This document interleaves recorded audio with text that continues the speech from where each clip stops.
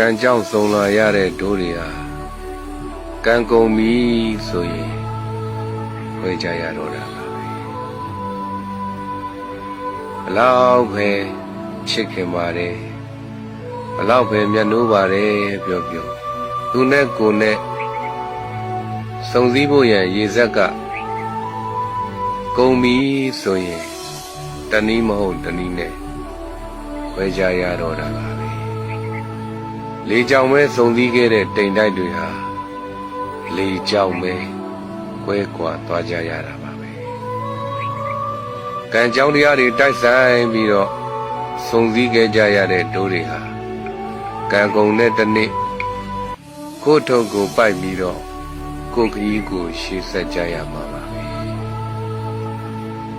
ဒါကြောင့်မသေးခင်ချစ်ပါ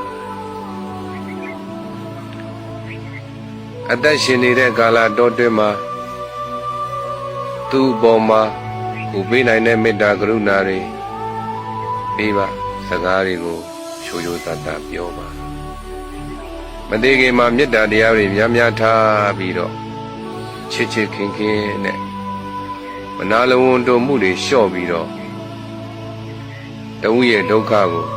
တဦးကဖေးမှကူညီပြီးတော့လူသားဆန်ဆန်နေထိုင်ကြရမယ်ဒါဆိုရင်တော့နောင်တလည်းကင်းတာပေါ့ဘဝဆိုတာတူတူလေးရဲ့ပါအလုံးဟာ